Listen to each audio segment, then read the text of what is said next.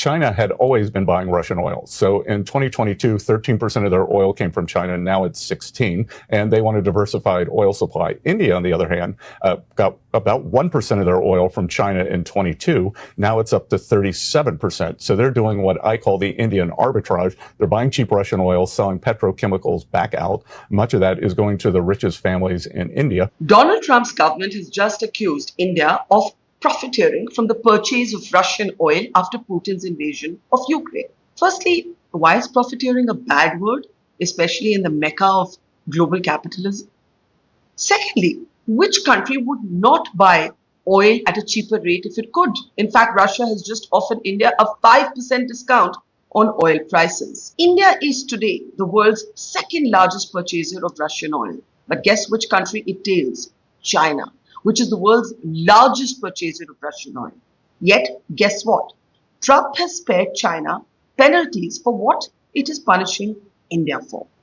Also, has everyone conveniently forgotten that the oil that India buys from Russia is refined here but then sold onwards to European nations? So perhaps everyone in the West should just stop the hypocritical huffing and puffing. But you know what the biggest hypocrisy of all is?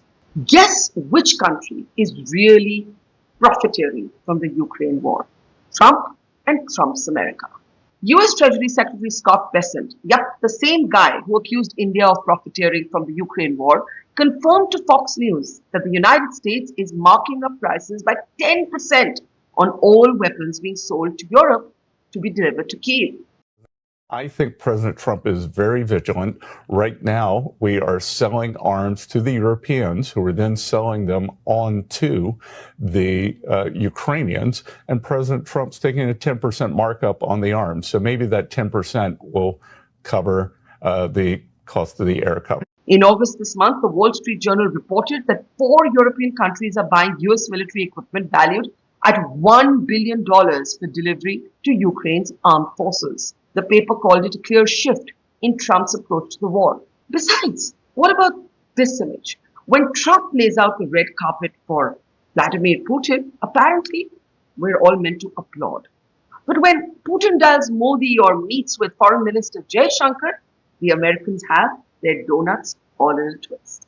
As they say in our part of the world, aap kare to ras leela, aur hum kare to character dhi.